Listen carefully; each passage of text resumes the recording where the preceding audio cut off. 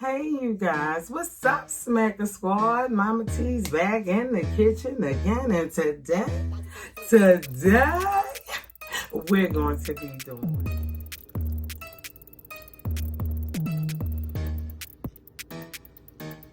hang out, and we're doing all sides of a steer. Merry Christmas and happy holidays.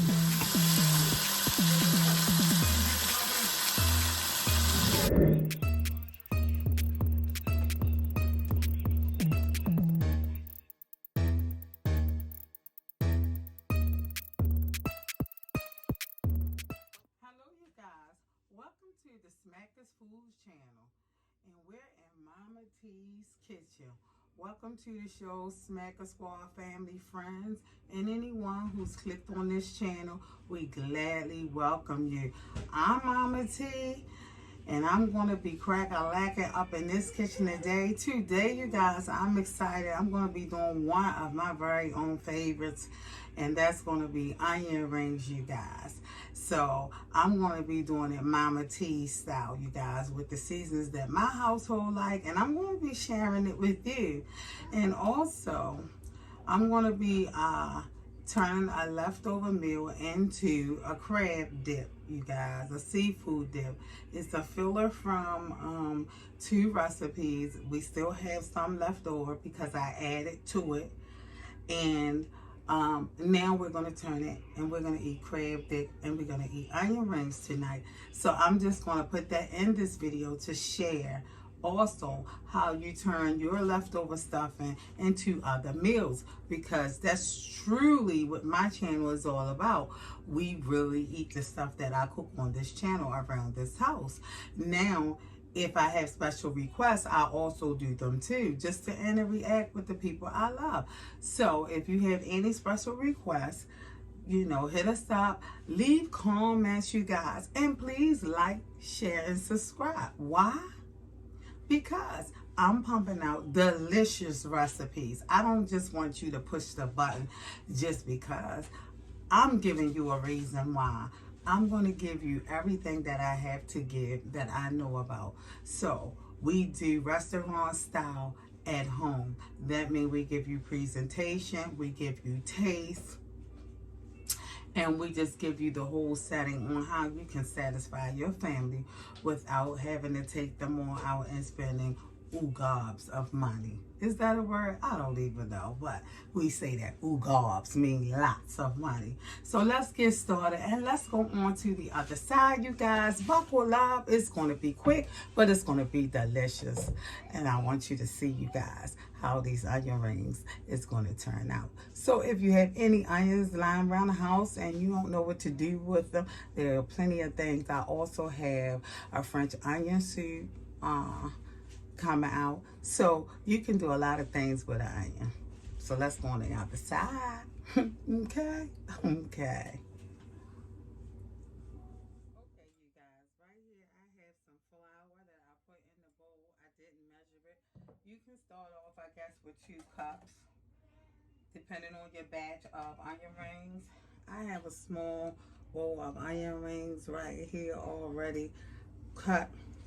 I cut mine big and thick because I like my onion rings thick and hearty full. But if you have smaller onion rings, that's fine too. So in this flour, I'm going to be making a batter. And what I'm going to be doing is, I want my onion rings flavorful, so we're going to flavor the batter. I'm using garlic powder. I'm pouring in a substantial amount of that.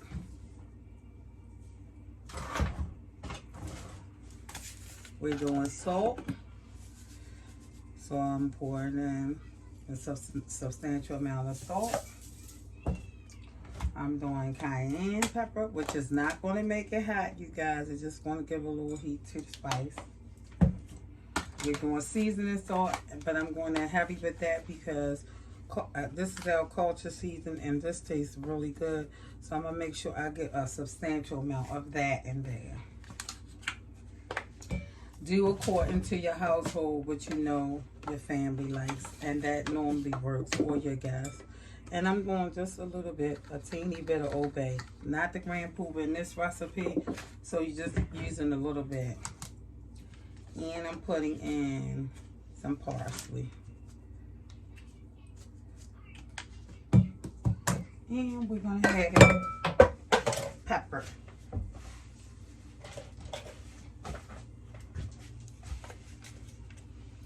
So we're putting in some pepper, you guys.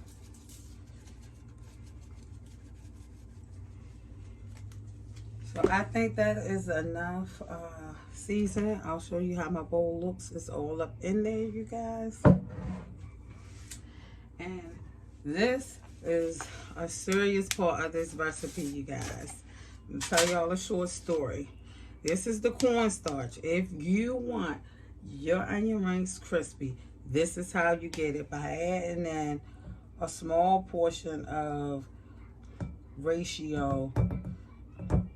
Not a lot because we have flour, but just add a little cornstarch to your batter. And this does wonder. When I first did my first onion, blooming onion, I didn't use cornstarch and it was too soft to my liking, so I didn't add that one. That was one of the videos that I had to truly redo over because it wasn't the quality that I'm offering y'all. And if you go to that video, you'll see at the end I do a mukbang and I explain what happened in that video.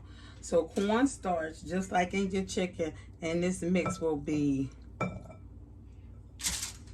very excellent to add in. Now, if you don't have the cornstarch, then you can just use the flour. So I start off with a small amount of water and I'm adding in as I take my whisk. And the reason being is you can always add to your batter water, but you can't, once you make it liquid, you got to start back and start adding your flour in if you make it too liquefied. So I'm not measuring water, so I would just suggest you do like I do, because batters change. And I could give you a ratio, but if you got 8 or 9 people and you need to make more batter, you got to know how to adjust it.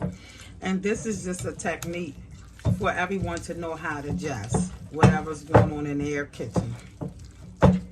Now, as you can see, this is thick. It's not moving. So, you know automatically you need more water or more club soda. Some people use club soda. I don't have that today. And water works fine. So, again, use what you have in your kitchen. And it's going to be just fine. And we're going to add in a little bit more water. Now, I've made a substantial amount of batter because I just don't like going back and forth. When you under your batter, I don't like it because then you got to remake the whole thing. And I've already seasoned this. So I'd rather have more batter than I need than to be under. Because if you got to start back over, that's a nuisance.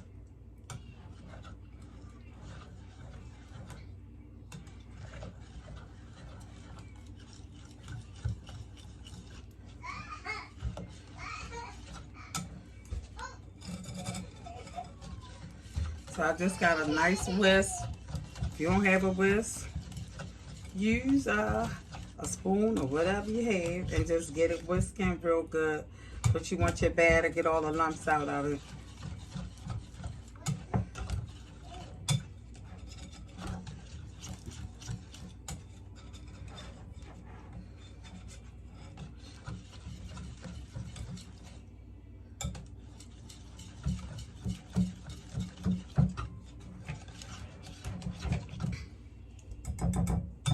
So we got a nice batter here, almost like pancake consistency. And that's what you want. You don't want it thin because you want this to actually adhere to panko crumbs or Italian breadcrumbs. I'm using panko, and if you know about breadcrumbs, panko, their big breadcrumbs is a little bit bigger and thicker. And I'm fine with that because I like texture once again on my onion rings. If you want a smoother onion ring, more like the freezer style or whatever, you can take the panko and just whip into a processor and make them smooth and get the same effect. I'm leaving mine the same because I like the flakiness. Okay, we have the batter. You can see.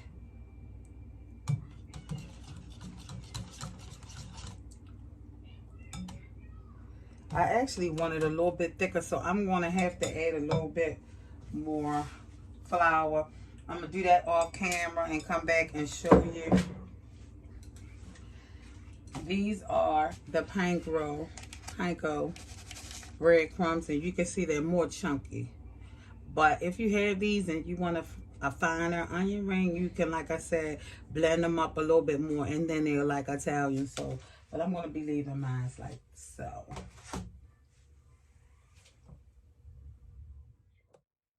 Okay, you guys, I'm back. So I've adjusted the bed, and I just wanted you to see how I adjusted. See how it makes a little ring, and you can see. This is how you know that it is thick enough. Before, when I whipped it, it was no imprint. It just was liquid. So I'm going to hold it up and show you. So I'm doing that. You see the imprint in there? You know that batter is thick enough to hold when it can imprint around like that, like so. So that's ready. So what we want to do, I'm going to be taking, and I got these onion rings out the refrigerator. They're cold. And what I'm going to do is I'm going to take my tongs, or you can use your hand, but this is going to get real messy. Dip and dip. Make sure your onion ring is thoroughly dipped all the way around, inside out, in this batter. Then I have the panko station ready right here. And I'm going to make sure the excess is off. And you can do that by swirling it on the bowl or whatever, like so.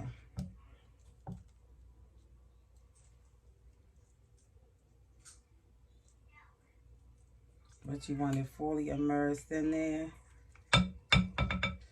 And now she's ready to go in there. And then I'll take and make sure that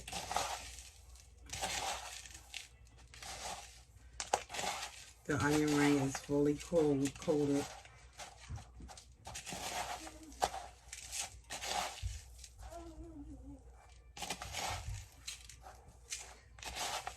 And compressed on there. I'm compressing it on there so it can stay.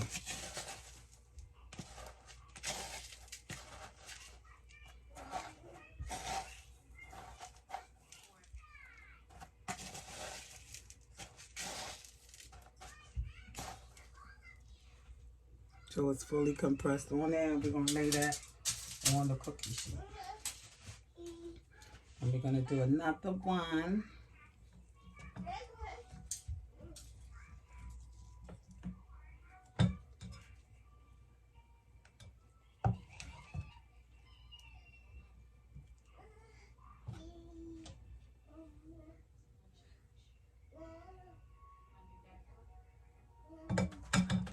We're going to put it in the batter. I'm going to take my hand and just go all around and make sure it's fully compressed in there. And I'm pressing it, compacting it, in other words. Because these panko is bigger than, finer than the Italian breading. I'm making sure it's pressed on there. Shake it.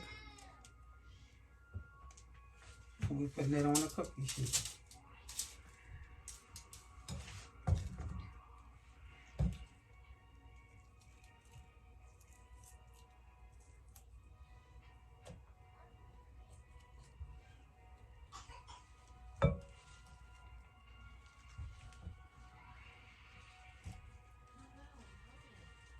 You're getting the excess off.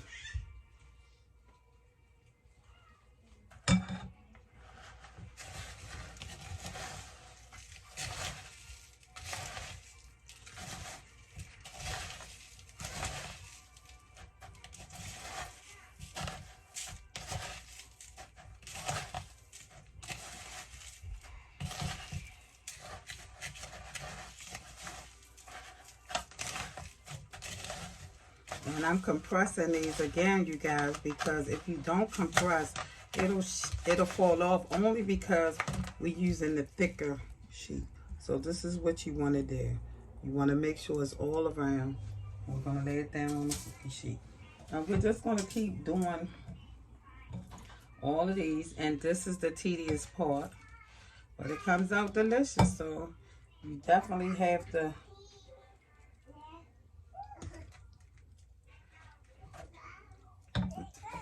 So we're going to do this last one, and then I'm going to get off camera, and I'm going to do them real fast.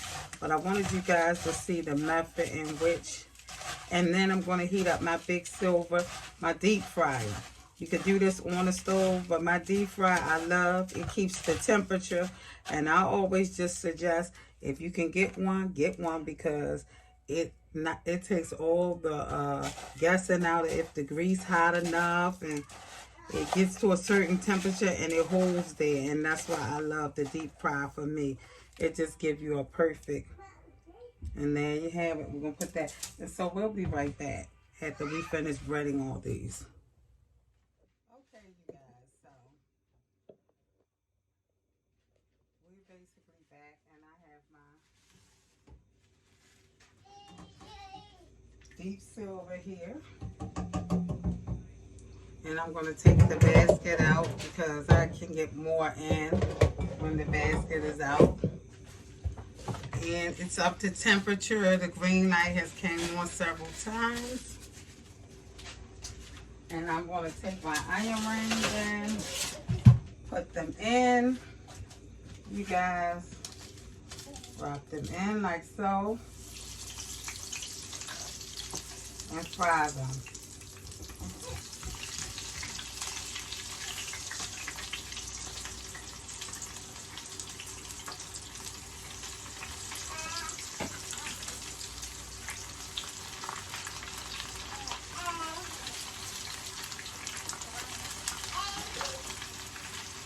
You want to make sure that your grease is hot so that as your onion ring hits, it freezes and doesn't knock the coat off. If it's not hot, you guys, and I am going to social distance these because they are onion rings.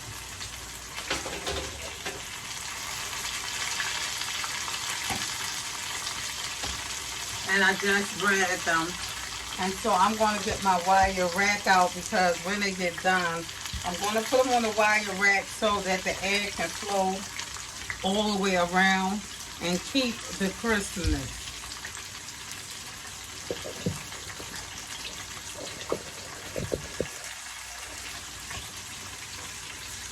So they're frying at a fast pace. I'm going to turn some of them over.